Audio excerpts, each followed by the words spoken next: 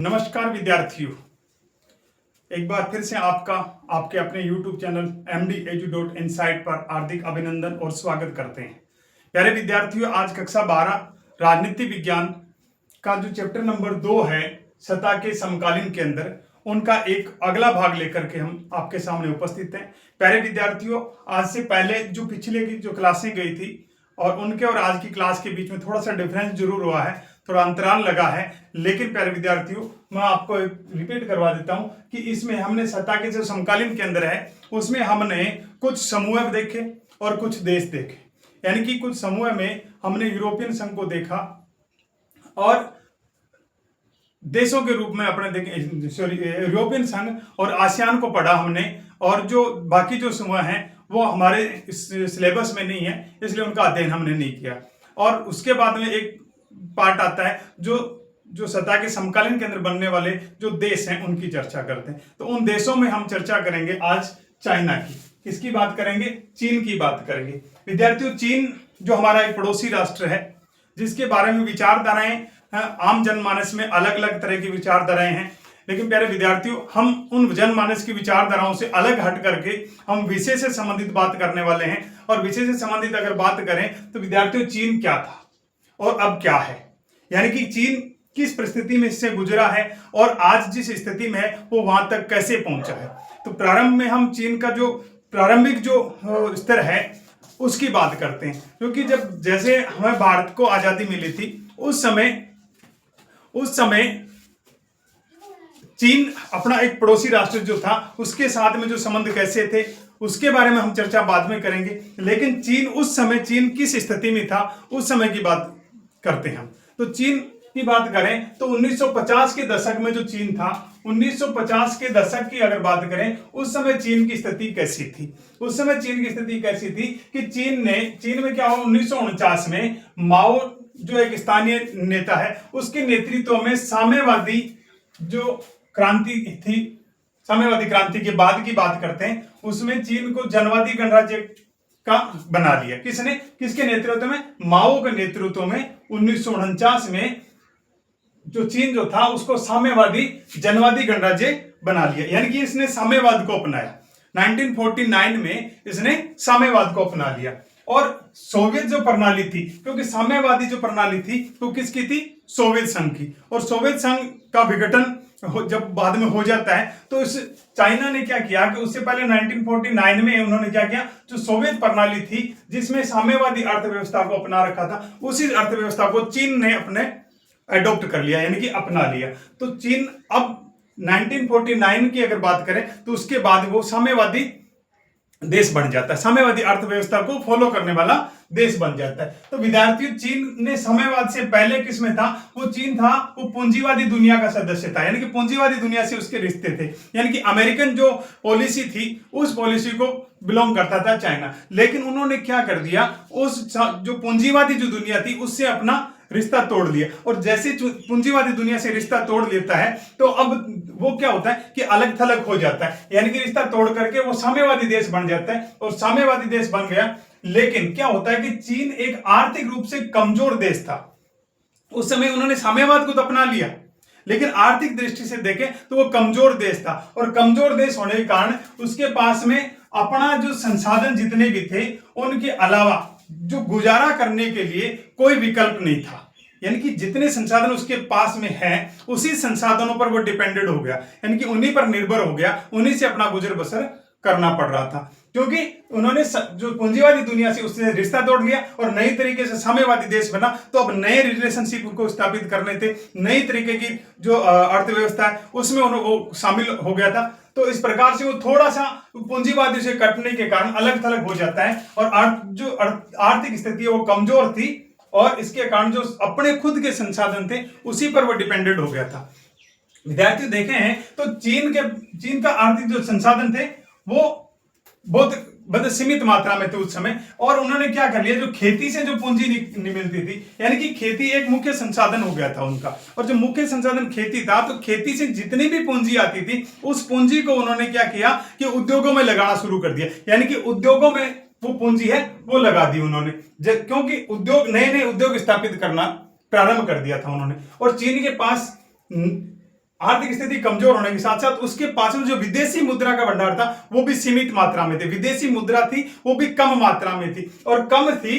इसके कारण क्या होता है, इसलिए बाहर से जो सामान आता था उस पर तो विदेशी मुद्रा अपने को स्पेंड करनी होती है, इसलिए बाहर वाला जो सामान जो आता था चाइना ने क्या कर दिया, उस सामान को अपने वहीं बनाना प्रारंभ कर दिया। क्योंकि जब खरीद करके लेकर आते हैं तो थोड़ा खर्चा ज्यादा पड़ता है, इसलिए उस खर्चे को बचाए रखने के लिए जितनी जो पूंजी खेती से आती थी उसको उद्योगों में लगा दिया और उन उद्योगों में जो आयातित सामान होता था उस आयातित सामान को कॉपी करना शुरू कर दिया, यानी कि उस सामान को अपने वहीं पर बनाना शुरू कर दिया। और उसके बाद में क्या होता है कि धीरे धीरे अपने वहां पर सामान बनाना उसने शुरू कर लिया था। और चीन जो था ना उसमें रोजगार की स्थिति अच्छी थी, रोजगार की स्थिति अच्छी धीरे धीरे अच्छी हो गई क्योंकि उन्होंने उद्योग लगाना प्रारंभ कर दिया, रोजगार की स्थिति अच्छी हो गई और अर्थव्यवस्था जो थी ना वो भी 5 से 6% की दर से विकास कर रही थी, यानी कि अब 5 से 6% की दर से अर्थ जो एक व्यवस्था है वो बढ़ रही थी उसकी। लेकिन प्रॉब्लम एक और थी, वो थी जनसंख्या। चीन की जनसंख्या जो थी ना वो तेज गति से ग्रोथ कर रही थी, तेज गति से जनसंख्या बढ़ रही थी। ऐसे में चाइना क्या करता है, चाइना ने क्या किया कि अपना उसका जनसंख्या पर कंट्रोल करने के लिए यानी कि जनसंख्या नियंत्रण करने के लिए उन्होंने कानून पारित कर दिया और जनसंख्या को नियंत्रित करना शुरू कर दिया। यानी कि चीन ने कानून बना करके और जनसंख्या को नियंत्रित करना शुरू कर दिया था। अब ऐसी स्थिति आती है, यानी कि देखो चीन जो था पूंजीवादी दुनिया से अलग हो गया, साम्यवादी देश बन गया। जैसे साम्यवादी देश बना तो पूंजीवादी से रिश्ता कटा, कुछ अलग थलग हो गया, यानी कि अकेला सा पड़ गया, अपने संसार में अकेला सा नजर आने लगा। और साथ ही साथ उसकी आर्थिक स्थिति जो थी वो कमजोर थी क्योंकि पूंजीवादियों से उन्होंने रिश्ता तोड़ दिया, इसलिए आर्थिक स्थिति कमजोर जो थी उसके कारण अपने जो जितने भी संसाधन थे उन्हीं से उनको गुजर बसर करना पड़ा। और बाद में उन्होंने क्या कर दिया कि जो खेती जो मुख्य संसाधन था उसका, उस खेती से जितनी पूंजी आती थी उस पूंजी को उन्होंने प्यारे विद्यार्थियों क्या कर दिया, अपने लिए उद्योग स्थापित करने में लगा दिया। और जैसे ही उद्योग स्थापित करता है तो वहां पर का प्रोडक्शन जो बढ़ना शुरू हो जाता है, यानी कि अब चीन खुद उत्पादन करना प्रारंभ कर देता है। और होता क्या है कि चीन के पास में जो विदेशी मुद्रा का भंडार था वो एक सीमित भंडार था। तो सीमित भंडार होता है तो पैसा लगाना थोड़ी दिक्कत भरी होती है। और ऐसे में उन्होंने क्या सोचा, उन्होंने अपना दिमाग को यूज किया और नीति में परिवर्तन किया और उन्होंने सोचा कि क्यों ना जो चीजें हम विदेश से लेकर आते हैं उन विदेशी सामान को हम यहाँ चाइना में बनाना प्रारंभ कर दें। हमने उद्योग तो बनाने शुरू कर दिए, उन्हीं उद्योगों में उस सामान को बनाना प्रारंभ कर दें जिससे कि हमें बाहर से आयात ना करना पड़े, अतिरिक्त बाहर देश पर ना पड़े। इसलिए सामान बनाना शुरू कर देता है, जो जितने भी जरूरत की व्यवस्था थी उनको। रोजगार की स्थिति अच्छी भी धीरे धीरे होने लगी, अर्थव्यवस्था भी धीरे धीरे ग्रोथ करने लगी, 5 से 6% की प्रतिवर्ष की दर से ग्रोथ करने लगी थी। और लेकिन यहां प्रॉब्लम एक आती है, उन्होंने उद्योगों पर ध्यान दिया, उनसे मतलब खेती से पूंजी आती थी उसको उद्योगों में लगा के उसका विकास किया, लेकिन जनसंख्या धीरे धीरे वो बढ़ती गई, यानी कि जनसंख्या की जो वृद्धि दर है वो तेज थी। अब चाइना को एक टेंशन और हो गई कि हमें जनसंख्या को नियंत्रित करना, इसलिए उन्होंने क्या कर दिया, जनसंख्या को नियंत्रित करने के लिए जनसंख्या नियंत्रण का एक कानून स्थापित कर लिया और उसके बाद जनसंख्या को नियंत्रित करना प्रारंभ कर देता है। इसका मतलब चाइना जो है अब वो धीरे धीरे मजबूत राष्ट्र के रूप में उभर करके सामने आने लग गया। अब जब मजबूत राष्ट्र के रूप में सामने आने लग गया, आर्थिक स्थिति उसकी अच्छी होने लगी, तो हम बात करते हैं कि चीन की आर्थिक जो व्यवस्था थी या अर्थव्यवस्था जो थी उसका उत्थान कैसे होता है, यानी कि वो कैसे आगे बढ़ती है। तो वर्तमान में जो चीन अपने देखने को मिल रहा है वो चीन पहले इस स्थिति में नहीं था, आर्थिक स्थिति ऐसी नहीं थी, जो कि हमने ऊपर के कारण इन चीजों में हमने पढ़ा है कि आर्थिक स्थिति ऐसी नहीं थी। इसलिए उन्होंने क्या किया कि वो वर्तमान में जो देश है वो कैसे इस स्थिति में आया, इसका कारण ये था कि उन्होंने अपने जो इकोनॉमिकल जो पॉलिसीज हैं यानी कि आर्थिक जो नीतियां हैं उनमें बदलाव किया, उनमें सुधार करना शुरू कर दिया कि आर्थिक नीतियां बदलनी पड़ी। हमें आर्थिक तरीके से मजबूत होना है तो हमें आर्थिक नीतियां बदलनी पड़ेंगी। और उन्होंने क्या कर दिया कि चीन ने क्या कर दिया, सबसे पहले क्या किया, WTO का सदस्य बना। लेकिन जब WTO का सदस्य नहीं था उस समय वो साम्यवादी अर्थव्यवस्था के कारण ही अपने संसाधनों पर निर्भर था। यानी कि जब WTO का सदस्य नहीं बना था तब तक वो अपने संसाधनों पर ही निर्भर था कि जितना चाइना में उत्पादन होता है, जो उत्पादन के जो साधन है उन्हीं साधनों से उत्पादन करता था और अपनी अर्थव्यवस्था को जैसे तैसे करके मैनेज करता था, इसलिए अपने संसाधनों पर निर्भर था। और चीन ने क्या कर लिया कि एक औद्योगिक जो विकास है उसका एक विशाल लक्ष्य रख लिया, यानी कि विशाल औद्योगिक विकास का लक्ष्य रख लिया कि हमें औद्योगिक विकास ज्यादा करना है। और संसाधनों को क्या कर लिया, उद्योगों में लगाना शुरू कर दिया। जितने भी संसाधन थे उनको, उनका इन्वेस्टमेंट है, वो निवेश जो है वो उद्योगों में करना, इंडस्ट्री स्टेबलाइज करना शुरू कर देता है। और 1978 में क्या होता है, उन्होंने क्या कर दिया, एक नीति अपनाई, मुक्त द्वार की नीति, यानी कि सबके लिए दरवाजे मुक्त हैं, यानी कि खुले हैं, आओ और यहां पर हमारे साथ में व्यापार करो। और ये नीति, यहां का स्थानीय नेता था देंग शाओपिंग, पांग नहीं होता, देंग शाओपिंग, उसकी देन है। तो ये मुक्त द्वार की नीति चाइना के अंदर लागू हुई। वो नीति किसकी देन थी, देंग शाओपिंग की। ठीक है, तो विद्यार्थियों इस स्लाइड में जो हमने पढ़ा उसमें हमने देखा कि जो शुरुआत में चाइना कैसा था, उसके बाद में उसकी आर्थिक स्थिति है वो कैसे ऊपर उठती है, उसके कारण, उसके जो क्या कारण थे कि वो आर्थिक स्थिति मजबूत हुई, और उसके कारण ये थे कि उन्होंने अपने आर्थिक नीतियों में बदलाव किया, वो WTO के साथ में शामिल हो गया। नहीं, WTO वर्ल्ड ट्रेड ऑर्गेनाइजेशन, विश्व व्यापार संगठन, वर्ल्ड ट्रेड ऑर्गेनाइजेशन यानी कि विश्व व्यापार संगठन, उसका सदस्य बन गया। और सदस्य बनते ही उन्होंने क्या कर दिया, जो अपनी अर्थव्यवस्था की, जो साम्यवादी अर्थव्यवस्था थी, जिसके कारण वो संसाधनों पर निर्भर था, उससे थोड़ा ऊपर उठता है और अपना एक टारगेट रख लेता है, एक विशाल औद्योगिक जो लक्ष्य है उसको औद्योगिक विकास के लिए लक्ष्य रख लेता है। और 1978 के अंदर उन्होंने, यानी कि ओपन डोर की जो पॉलिसी थी उसको अपना लिया। और ये ओपन डोर की पॉलिसी जो है वो देंग शाओपिंग की देन है। तो विद्यार्थी स्लाइड में जो कुछ है वो आपके सामने है, इसका एक स्क्रीनशॉट ले लो, इसको 1 से 2 बार अगर सुनोगे तो शायद ये आपके दिमाग में सेट हो जाएगा। ज्यादा टफ पॉइंट नहीं है, पॉइंट टू पॉइंट आपके सामने लिखा हुआ है, इसको नोट कर लो और बाद में आगे की बातें करते हैं।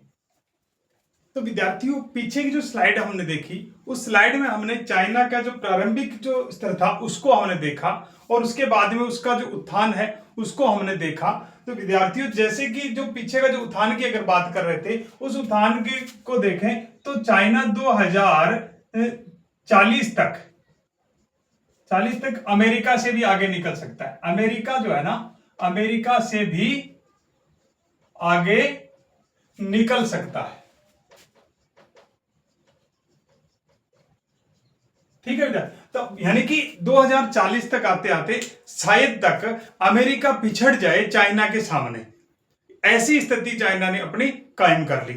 और ये जो उत्थान के जो प्रयास उन्होंने किए थे, ये प्रयास ऐसे थे कि आज चाइना जो विश्व स्तर पर जो अपनी छवि बना करके रखे हुए हैं, वो छवि आज उसी के कारण है कि उन्होंने अपनी नीतियों में परिवर्तन किया। तो विद्यार्थियों जो नीतियों में परिवर्तन किया, तो वो नीतियों में परिवर्तन किस प्रकार का किया, यानी कि चाइना ने किस प्रकार से सुधार किए। तो इस चैप्टर में चाइना का जो आर्थिक उत्थान है उसमें पॉइंट नंबर 3 हम देखते हैं। तो उसमें हम देखते हैं चीन में सुधार जो हुए वो कौन कौन से हुए। देखो चाइना जो है वो प्रारंभ में उन्होंने क्या कर लिया था कि पूंजीवादी दुनिया से अपना रिश्ता तोड़ लिया और साम्यवादी जो देश बन गया, साम्यवादी देश बन गया, लेकिन उससे उनकी स्थितियों में कोई ज्यादा सुधार नहीं हो पाया। तब चाइना को समझ में आया कि हम जिस नीति पर चल रहे हैं शायद तक वो नीति इतनी प्रभावी नहीं साबित हो रही, इसलिए हमें अपनी जो पॉलिसी है उसको क्या करना पड़ेगा, थोड़ा सा उसमें इंप्रूव करना पड़ेगा, सुधार करना पड़ेगा। और उसी को मद्देनजर रखते हुए चाइना ने क्या किया, 1972 में यानी कि 1972 में उन्होंने अमेरिका से है वो रिश्ते हैं वो अच्छे बनाने शुरू कर दिए। यानी कि रिश्ते जो अमेरिका के साथ, अमेरिका जो पूंजीवादी जो पॉलिसी का देश है और चाइना जो साम्यवादी पॉलिसी का देश बन गया था पूंजीवाद को छोड़ करके,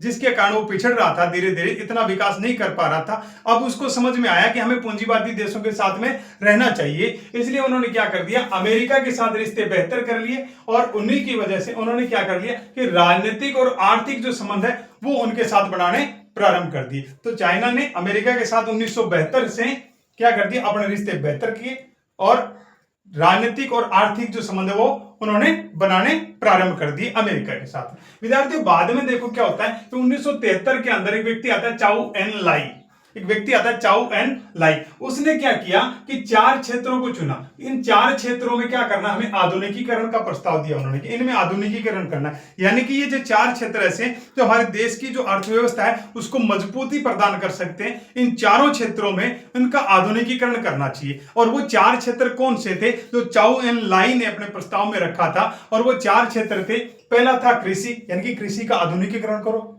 दूसरा था उद्योग, क्या था कि उद्योग तो हमने स्थापित करना प्रारंभ कर दिया, लेकिन इनका आधुनिकीकरण करना जरूरी है। यदि आधुनिकीकरण नहीं हुआ तो हम अगर परंपरावादी तरीके से चलते हैं तो इसका कोई फायदा नहीं हो पाएगा, इसलिए उसको मॉडर्नाइजेशन कर दिया उसका। फिर सेना है ना, सेना को भी आधुनिक ढंग से सजा के रखना है, क्योंकि स्थिति किसी भी समय हमें गंभीर बन सकती है, तो हमें क्या करना, अपने सेना को मजबूत बना के रखना, यानी कि उसका भी मॉडर्नाइजेशन करना, यानी कि आधुनिकीकरण किया।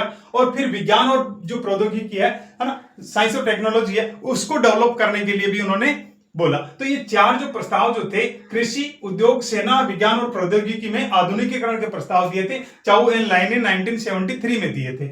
और उसके बाद में 1978 यानी कि 1978 में वही देन शाओपेंग, जिन्होंने जो ओपन डोर की पॉलिसी का प्रस्ताव सुझाया था, उसकी ओपन डोर जो पॉलिसी है उसकी नीति को उन्होंने खुद ने अपना लिया। और उसके बाद में चाइना ने क्या कर लिया, तेजी से विकास करना प्रारंभ कर दिया। यानी कि 80 के दशक में आते आते चाइना जो है वो अपनी जो डेवलपमेंट की जो स्पीड है ना, जो उसको उन्होंने क्या कर लिया, तेजी दे दी 1978 के बाद में।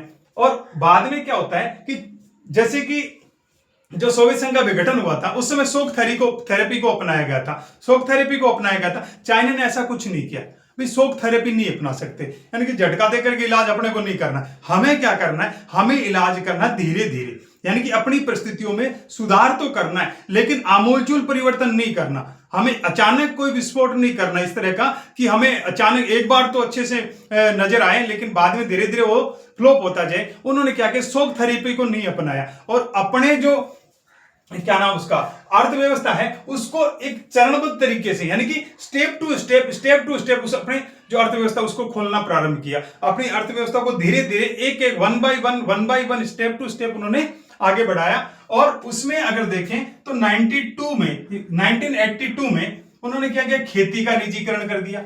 सबसे पहले बात आ रही थी ना औद्योगिकरण करना है कृषि का, तो उन्होंने क्या खेती का निजीकरण कर दिया कि अब खेती जो है वो निजी हाथों में रहेगी। पहले साम्यवादी थे तो इनकी सभी संसाधनों पर एक सरकार का अधिकार होता है, एक देश का पूरे का अधिकार होता है, यानी कि समाज का महत्व दिया जाता है, व्यक्ति को नहीं दिया जाता। लेकिन अब क्या कर लिया, उन्होंने खेती का निजीकरण कर दिया।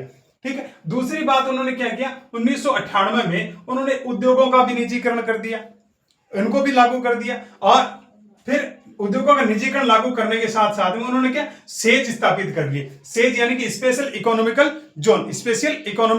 जोन, यानी कि विशेष आर्थिक जो जोन है वो स्थापित कर दी। ठीक है, अब 2001 आया, 2001 में उन्होंने क्या कर लिया, WTO यानी कि वर्ल्ड ट्रेड ऑर्गेनाइजेशन, विश्व स्वास्थ्य संगठन, उसमें शामिल हो गया। और जैसे ही इसमें शामिल होता है वो दूसरे देशों के लिए अपनी अर्थव्यवस्था को खोल देता है कि अब हमारी अर्थव्यवस्था है वो सबके लिए खुली है, क्योंकि ओपन डोर तो उसने ऑलरेडी अपना ही लिया।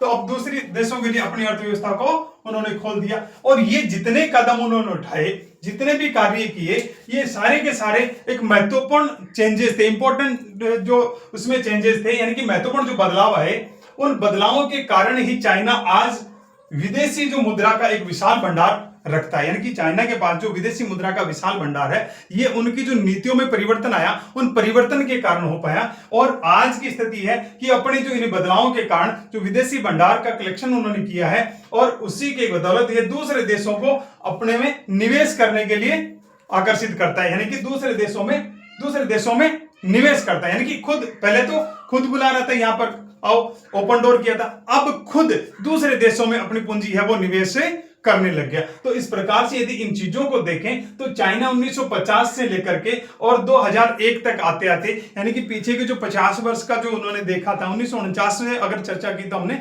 49 से शुरू की थी, और 2001 तक आते आते उन्होंने जो WTO में शामिल हो गया। और वहां तक के जो 50 ईयर्स हैं उनमें क्या किया उन्होंने कि एक मजबूत आर्थिक स्थिति बना ली और एक मजबूत दावेदार साबित होने जा रहा है सत्ता के समकालीन केंद्रों का। तो विद्यार्थियों, यहां तक हमने इसमें जो चाइना के जो मजबूती कैसे बनी इसके बारे में पढ़ा। और अब जो चैप्टर है वो थोड़ा लेंथी है, इसलिए इसको आज यहीं रोक देते हैं, क्योंकि एक क्लास और चाइना पर आधारित आ जाएगी, और तब तक के लिए आप हमारा इंतजार करेंगे। और ये जो स्लाइड है इसका एक स्क्रीनशॉट ले लेना और इसको नोट डाउन करके उसको 1 से 2-3 बार सुनोगे तो संभवतया मुझे विश्वास है कि आपके समझ में भी आएगा और आप इसको लर्न भी कर पाओगे। जय हिंद, जय भारत।